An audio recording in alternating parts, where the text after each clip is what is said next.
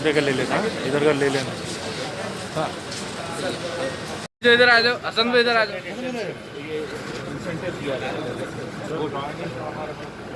Joining कर दीजिएगा आप लोगों का। डीन मैडम को हमने बोले मतलब देखना उनका फाइनल कर देना, जो डिफिनीशन का जो फंड है उसके अंदर से। सर ये सरकार नहीं, जो उलमाए कराम है उन्होंने फैसला करना है कि वो क्या करना चाह रहे हैं, कि वो कहाँ पढ़ना चाह रहे हैं और कैसे पढ़ना चाह रहे हैं, क्योंकि ये सबकी जिम्मेदारी है। और उलमाए कराम जो भी फैसला लेंगे मेरे हिसाब से एक अच्छी बात रहेगी।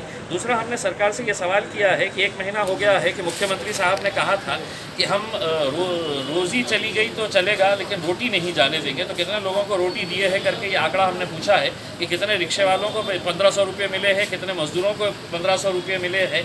जो लोगों की घोषणा की गई थी कि हम इनको इतना पैसा देंगे, तो क्या एक भी रिक्शे वाला आज औरंगाबाद में है जो ये बोल सकता है कि हाँ मुझे 1500 रुपये मिले हैं करके? तो किसी को भी नहीं मिले हैं और ना प्रशासन के पास ये कोई आंकड़ा है।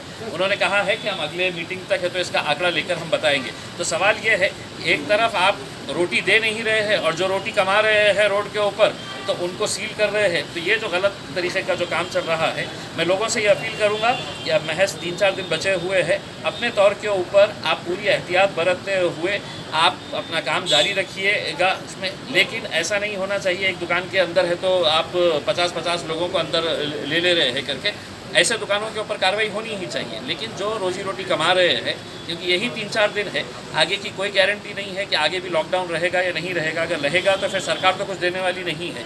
यही पीरियड के अंदर जो दुकानदार छोटा मोटा कुछ कमा रहे हैं उनको कमाने का मौका दिया जाए। हम इस तरह से प्रशासन को और पुलिस को दोनों को भी ये विनती करते हैं और दुकानदारों से अपील करते हैं कि सारी एहतियात बरत के, लोगों से अपील करते हैं सारी एहतियात बरतते हुए इतने अच्छे तरीके से पूरा रमज़ान का महीना निकाले हैं। 3-4 दिन भी वैसे ही निकाल लीजिएगा। ईद मुबारक बहुत सबको। जिसमें सबसे अहम मुद्दा ये है कि यहाँ पर हमको हर मीटिंग के अंदर ये बताया जा रहा है कि कितने वेंटिलेटर्स औरंगाबाद के हॉस्पिटल्स के अंदर आए हैं करके, और ये आंकड़ा दिखाया जा रहा है। आज का आंकड़ा ये था कि 411 के करीब वेंटिलेटर्स यहाँ पर लाए गए हैं। सवाल ये है कि क्या वो काम करने वाले वेंटिलेटर्स हैं?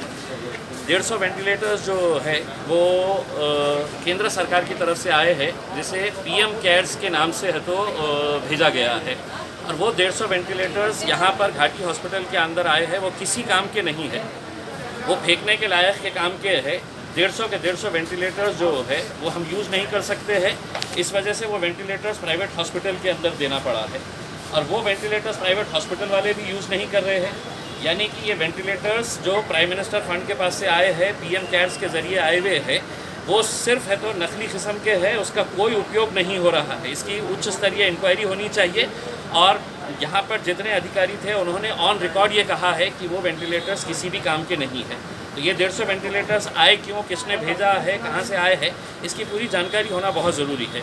दूसरा जो मुद्दा आया है कि जो एक्सेस बिलिंग का जो मामला प्राइवेट हॉस्पिटल्स का आ रहा है, 1-2 हॉस्पिटल्स के बारे में है तो बहुत गंभीर कंप्लेंट्स है कि 9-9 लाख रुपए का बिल वहाँ पर दिया जा रहा है पेशेंट्स को।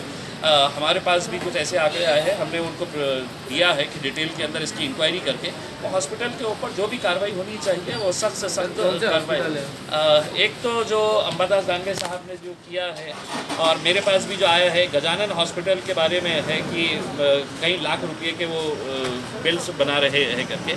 तीसरा मुद्दा ये है कि जो घाटी के अंदर जो इंटर्न्स जो काम कर रहे हैं उन्हें महज 10 या 11 हज़ार रुपये दिया जा रहा है। तमाम लोक प्रतिनिधियों ने इस मुद्दे को उठाया और डीन मैडम को और कलेक्टर को ये बताया कि अगर हमारे पास फंड है तो ये जो इंटर्न्स है, ये इंटर्न्स को एक्स्ट्रा पैसा देके इनका भी काम इस्तेमाल, क्योंकि ये लोग स्ट्राइक के ऊपर है। उनका कहना है कि 10-11 हज़ार रुपये में हमारे को जो काम किया जा रहा है वो बहुत कम है और दूसरे शहरों के अंदर ये ज़्यादा दिया जा रहा है।